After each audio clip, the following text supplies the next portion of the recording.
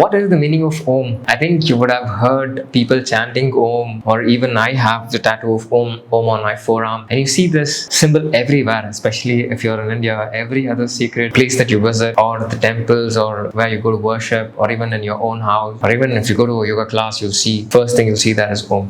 What is this Om? Let's understand that. If not in detail, at least to bring in some wave of freshness within you. What is Omkara? I don't even say Om most of the times. I call that as Omkara. What is Om? What is Omkara? Om is a combination of Akara, Ukara and Makara. And what is this U and Ma? Which comes from the Jataragni, the navel U and U, The last part of Omkara is Ma, which you pronounce by keeping the lips closed. It goes something like this. U is very similar. The word the first letter, an infant, it doesn't matter. Okay, this you can definitely find this fascinating. Have you ever thought, irrespective of whichever part of the world a human gives birth to a baby, the first letter or the first sound that comes out of a baby is the cry of the baby is Think about this. I'll tell you more about this later. So there's Akara, there's Ukara, and there's Makara. A, U, Ma. Combined together is what comes as Omkara. Om is a combination of A, U, and Ma. But what is this A, U, and Ma? Have you ever thought about it? What is Akara? What is Ukara? What is Makara? These are the three different states of consciousness.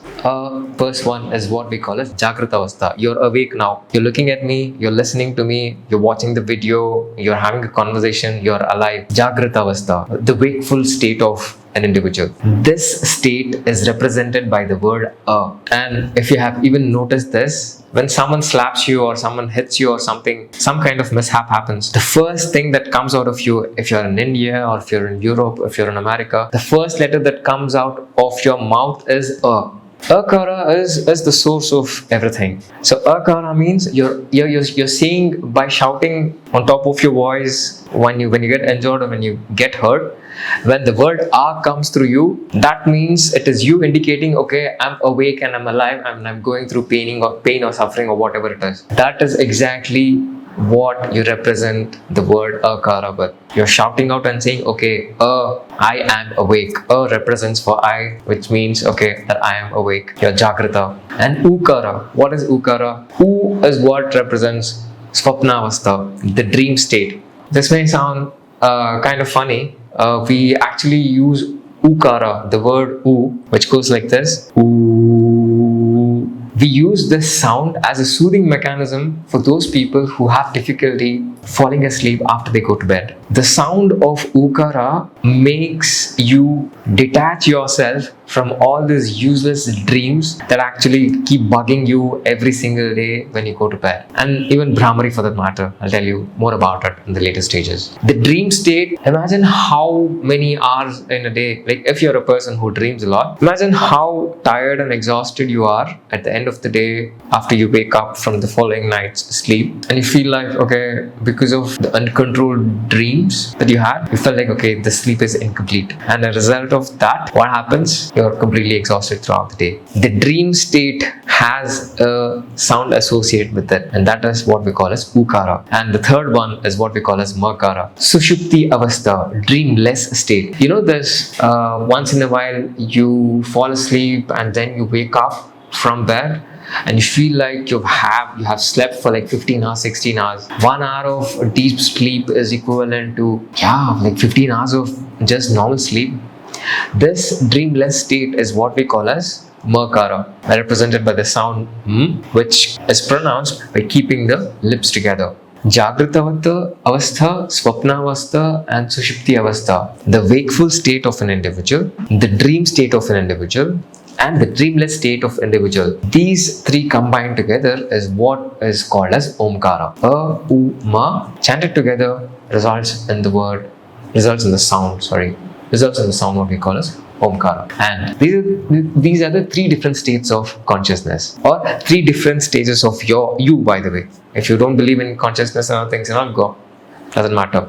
Do you believe in yourself? That's what matters. You're awake, you're dreaming, you're not dreaming. But there is another state beyond this. This is what we call as Turiya. The Turiya Avastha what we call, or Turiya Avastha. This is what Omkara is all about. And what am I trying to say here is, there's a state what we call as wakeful state, there's a state of dream, there's a state of dreamlessness, but there is a state even beyond this. And this is what is called as Omkara. And your true purpose in life is for you to understand that I'm not these three states, I'm beyond these three states. But in order to reach that conclusion saying, okay, I'm beyond these three, you have to go through these three. Turiya Avastha is what the Omkara is all about. And there is a sutra in the Yoga Sutra also, Yoga Sutras of Patanjali. Tasya vachakah pranavaha means, what is the meaning of this? Patanjali says that the sound or the symbol of God or creation itself is Omkara. So if you're a Hindu, or if you believe in the Hindu system of philosophy, we usually associate Om with the highest regard. Temples you visit, ashrams you visit, mats you visit, the Om symbol is always placed at the highest, is given the highest respect, irrespective of the saint or the yogi or the yogini in whom the ashram or the mat has been named. Om stands beyond everything. Om is indeed the symbol of God. So this is what is the meaning of Omkara. And one fact that you have to keep in mind is, the chanting of Omkara, to be very honest with you, it is forbidden for normal humans. The chanting of Omkara is for only monks, the one who have renounced everything. If you're a normal human, I'm a normal person, I haven't reached yet monkhood. So for me, the chanting of Omkara is forbidden. Om, in its true essence, even though when it's chanted, can only be felt when a monk, a renunciate, chants it. For normal humans, we just chant it as a means of ending our practice or offering our salutations to the divine energy. But apart from that, there's no connection between us. We know it as a divine symbol, but when we chant it, we don't think of all these things. That is the difference between a normal person chanting Omkara and a renunciate, a monk or a great realized soul chanting Omkara. So that's the meaning of Omkara. Let me know what you felt in the comments below, and if you have any more questions, there is also an Upanishad where you completely can understand what are the different stages of Omkara. I'll even attach the link in the description. Do go through that. It's a very beautiful Upanishad. I'm not going to tell which one it is. I'll share the link so that you can at least go tap on it. At least first thing you'll get to know, okay, which is the Upanishad, which explains completely about Omkara. It's a very, very beautiful Upanishad. The guy studied that like 12 years ago, which explains everything that you have to know about Omkara in detail. So do let me know how you felt in the comments below about it. If you have any questions with respect to Omkara or anything, any symbol for that matter, do share it in the comments and I'll try my best to answer it. If you found this useful, and if you know someone who's in need of this, don't forget to share it with them. You can change another person's life in a click of a button. That's it, and I'll see you in the next one.